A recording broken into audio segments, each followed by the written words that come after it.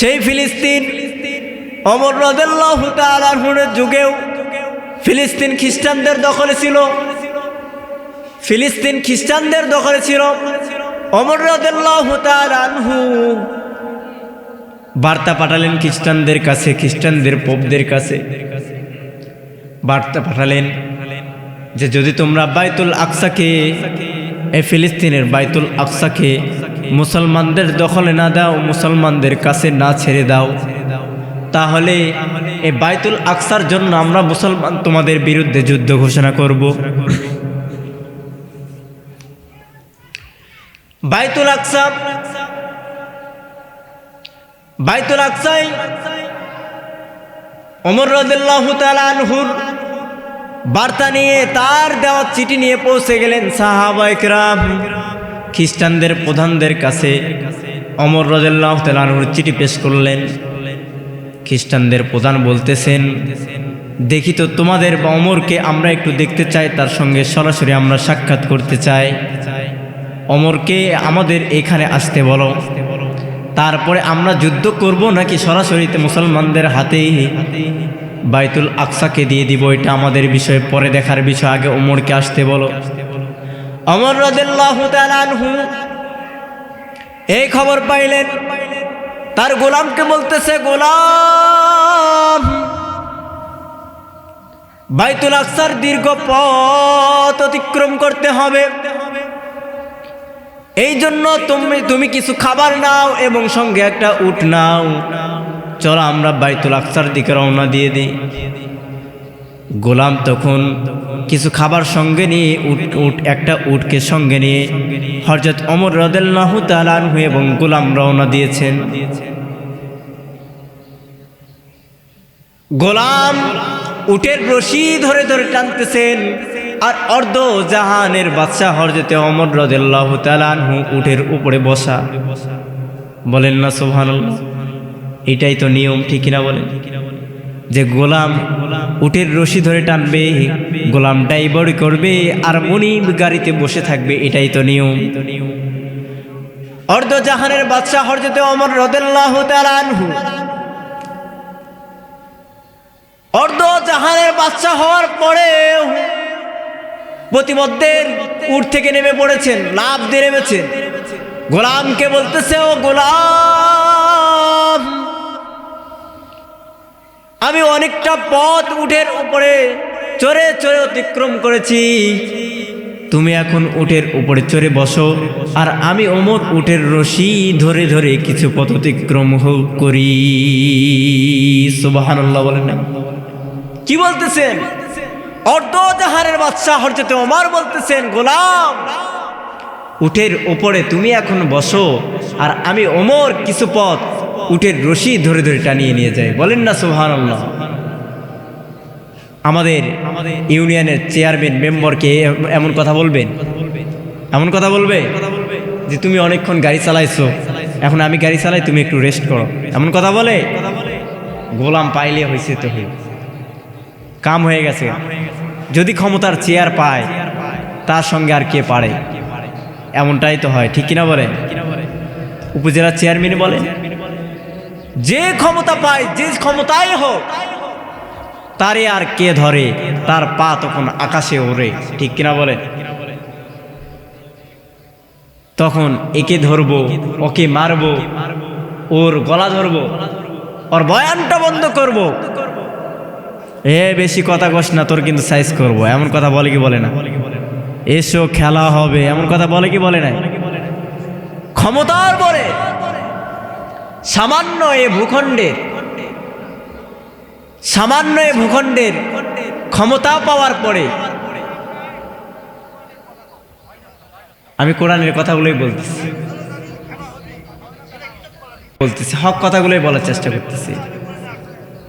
কোরআনে আছে খেলা হবে, এটা নাই, কিন্তু যারা কোরআনের কথা বলে এদের সঙ্গে তো খেলতে চাইছিল, এক সময় খেলতে চাইছিল কি চাইছিল না? এখনো চায় কি চায় না? সুতরাং আমি শুধু বলতে চাচ্ছি, সামান্য ক্ষমতা পেয়ে আপনি কোরআনের বিপক্ষে যাবেন না, মানুষের উপর জুলুম করবেন না, এটাই তো বলতে চাচ্ছি। এগুলো কোরআনের আমাদের দায়িত্ব, এগুলো মানুষের কাছে এই সমস্ত কথা বলা আমাদের দায়িত্ব।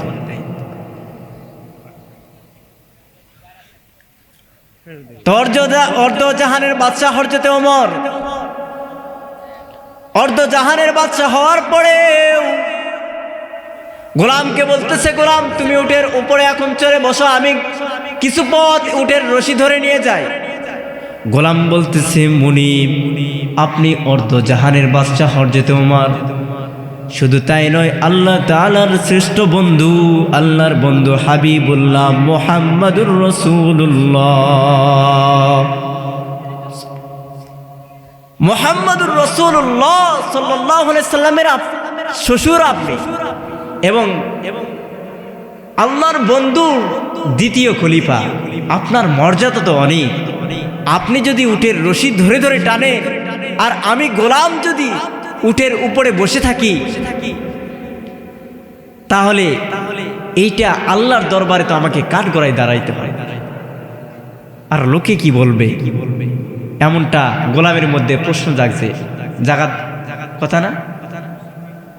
গোলাম বলতেছে, ওমর আপনি তো অর্ধজাহানের বাদশা এবং ইসলামের দ্বিতীয় খলিফা, আপনি যদি উটের রশি ধরে ধরে টানেন আর আমি গোলাম যদি উটের উপরে বসে থাকি, এইটা তো বেমানান, এইটা তো মানা যায় না।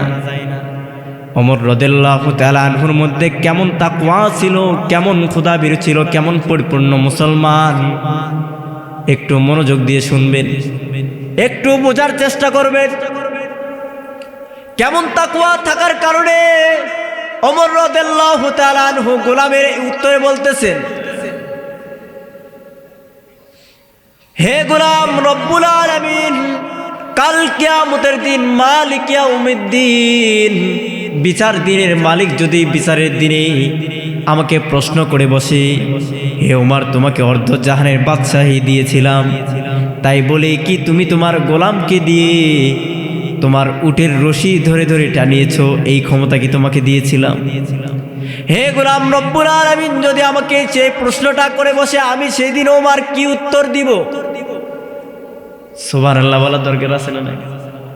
বলেন তো, এই প্রশ্নটা, এই কথাটা কি শুধু এমনি এমনি আসে? এমনি এমনি আসতে পারে? হযরত ওমর রাদিয়াল্লাহু তাআলার মধ্যে কেমন তাকওয়া ছিলেন! যেই সময় বাইতুল আকসার নিকটবর্তী হযরত ওমর এবং তার গোলাম বাইতুল আকসার নিকটবর্তী, এমন সময় ওমর রাদিয়াল্লাহু তাআলা উটের রশি ধরে ধরে আনতেছেন আর গোলাম উটের উপরে বসা। খ্রিস্টানদের প্রধান সাহাবীকে, একজন সাহাবীকে ডেকে ডেকে বলতেছে, ও সাহাবী, উটের উপরে জীর্ণ শীর্ণ ব্যক্তিকে দেখা যায়, ওইটা কি তোমাদের বাদশা হযরত ওমর নাকি? সাহাবী বলতেছে, উটের উপরে যে মানুষটাকে দেখা যায় ওইটা অর্ধজাহানের বাদশা ওমর নয়। যেই মানুষটা, যে ব্যক্তিটা উটের রশি ধরে ধরে টেনে আনতেছে, উনি অর্ধজাহানের বাদশা, আর যে ব্যক্তিটা উটের উপরে বসা উনি তার গোলাম। এইটা আশ্চর্যজনক ঘটনা। কেমন তাকওয়া ছিল! এইটা দেখার পরেই ওই জায়গার সমস্ত খ্রিস্টানগুলো কালিমা পড়ে মুসলমান হয়েছে। সমস্ত খ্রিস্টানগুলো বলতেছেন, এমন তাকওয়াবান আল্লাহ ভীরু, খোদা ভীরু যদি অর্ধজাহানের বাদশা ওমর হয়, এমন আদর্শওয়ালা যদি অর্ধজাহানের বাদশা হয়, যার কাছে গোলাম আর মুনিবের কোনো পার্থক্য নাই, এটাই যদি ইসলামের শিক্ষা হয়, এটাই যদি মুসলমানিত্ব হয়, তাহলে আমরা সবাই একই সঙ্গে কালিমা পড়ছি, লা ইলাহা ইল্লাল্লাহু মুহাম্মাদুর রাসূলুল্লাহ। এই আদর্শ দেখে, খোদাবীর দেখে, পরিপূর্ণ মুসলমানিত্ব দেখে খ্রিস্টানগুলো মুসলমান হয়েছে, বলে আল্লাহু আকবার। আর আমাদের আদর্শ দেখলে, মুসলমানের আদর্শ দেখলে মুসলমান তো হওয়া দূরের কথা, বরঞ্চ এই আদর্শ লালন করতে করতে মুসলমান যে নিজে তাগুতি শক্তি পরিণত হয়েছে, এটা মুসলমান নিজেও জানে।